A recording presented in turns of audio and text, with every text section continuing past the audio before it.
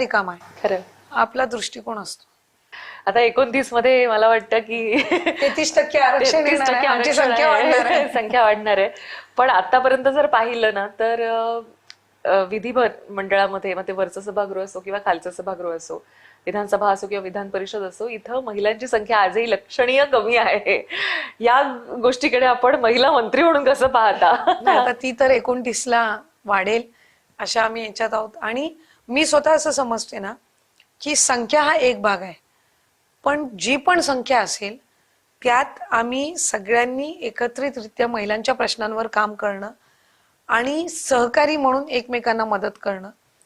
आम्ही वेगवेगळ्या राजकीय पक्षांचे असू, आमची राजकीय भूमिका वेगवेगळी असू शकते, पण जिथे प्रश्न महिलांचा येईल तिथे आम्ही एकत्रित आलं पाहिजे. मग 20 असो, 25 असो, 30 असो, डझंट मॅटर. एकदा आपण दाखवून दिलंच पाहिजे की महिला एकत्र काम करू शकतात.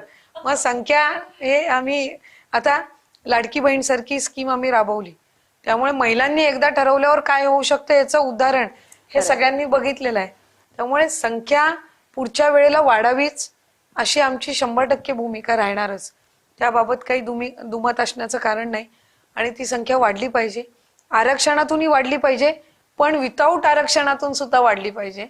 आणि त्या पद्धतीनं आम्ही सगळ्यांनी मिळून जर पावलं उचलली तर मला वाटतंय, मला खात्री आहे, प्लस ज्या महिला आमदार आहेत ह्या आमदार असताना काय उदाहरण ठेवतात त्याच्यातून महिला आमदारांची किंवा लोकप्रतिनिधींची संख्या त्या परसेप्शननी सुद्धा वाढू शकते.